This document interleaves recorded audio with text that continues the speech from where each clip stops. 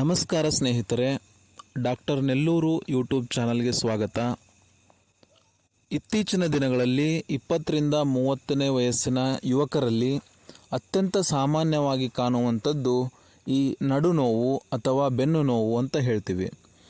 ಯಾಕೆ 20ರಿಂದ 30 ವಯಸ್ಸಿನಲ್ಲಿ ಅತ್ಯಂತ ಜಾಸ್ತಿಯಾಗಿ ಕಾಣ್ತಾ ಇದೆ ಅಂದರೆ, ಅತ್ಯಂತ ವಿಪರೀತವಾಗಿ ನಾವೇನು ಬಳಸ್ತಾ ಇದ್ದೀವಿ ಇವತ್ತು ಈ 2 ವೀಲರ್ಸ್ಗಳನ್ನು ಹಾಗೂ ಈ ಹಿಂದುಗಡೆಯ ಪಾಕೆಟ್ನಲ್ಲಿ ಇಡುವಂತಹ ಪರ್ಸ್ ಆಗಿರಬಹುದು, ಹಾಗೂ ಅತ್ಯಂತ ಹೆಚ್ಚಿನ ಪ್ರಮಾಣದಲ್ಲಿ ಮಾಡುವಂಥ ಕೆಲಸಗಳು ಮತ್ತು ಸದಾ ಮಲಗಿರುವಂಥದ್ದು, ಸರಿಯಾದ ಆ್ಯಕ್ಟಿವಿಟಿ ಅಥವಾ ಯೋಗ ಅಥವಾ ಆಸನಗಳನ್ನು ಮಾಡದೇ ಇರುವಂಥದ್ದು ಕೊನೆಗೆ ನಡುನೋವು ಸ್ಟಾರ್ಟ್ ಆಗ್ತಾ ಬರುತ್ತೆ. ಆವಾಗ ಕಾಣಿಸಿಕೊಳ್ಳುವಂತಹ ನಡುನೋವು ಕ್ರಮೇಣವಾಗಿ ದಿನಾಲೂ ಕೂಡ ಹೆಚ್ಚಾಗ್ತಾ ಬರುತ್ತೆ.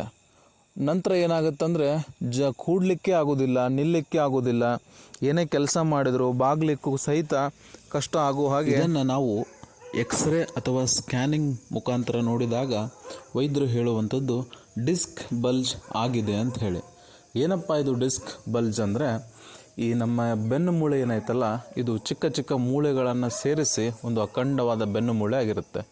ಈ ಚಿಕ್ಕ ಚಿಕ್ಕ ಮೂಳೆಗಳ ನಡುವೆ ಒಂದು ಸ್ಪಂಜ್ ಅಥವಾ ರಬ್ಬರಿನಂತಹ ಅಂಶ ಎರಡು ಬೆನ್ನು ಮೂಳೆಗಳ ಒತ್ತಡವನ್ನು ಕಾಪಾಡ್ತಾ ಬರುತ್ತೆ. ಈ ಬೆನ್ನು ಮೂಳೆಯ ನಡುವೆ ಇರುವಂತಹ ಈ ಡಿಸ್ಕನ್ನು ನಾವೇನು ಮಾಡ್ತೀವಿ, ಈ ರೀತಿಯಾದಂತಹ ಒಂದು ಒತ್ತಡಕ್ಕೆ ಒಳಗಾದಾಗ, ಪದೇ ಪದೇ ಪೆಟ್ಟಾದಾಗ ಅವುಗಳಲ್ಲಿ ಬಾವು ಅಥವಾ ಊತ ಕಂಡು ಬರುತ್ತೆ. ಅದನ್ನೇ ನಾವು ಡಿಸ್ಕ್ ಬಲ್ಜ್ ಅಂತ ಹೇಳ್ತೀವಿ.